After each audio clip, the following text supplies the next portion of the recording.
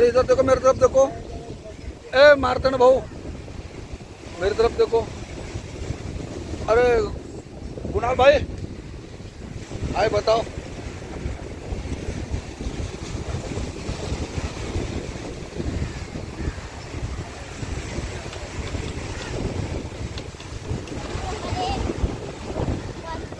पिंक्या इथं समुद्र खवळलाय म्हणते, म्हणून आम्हाला आता जाऊ नाही देत आहे. आणि हे इथं काही बीच वगैरे नाही आहे. समुद्र पहा एवढा भयंकर आहे का इथं कोणी काही करू शकत नाही आहे.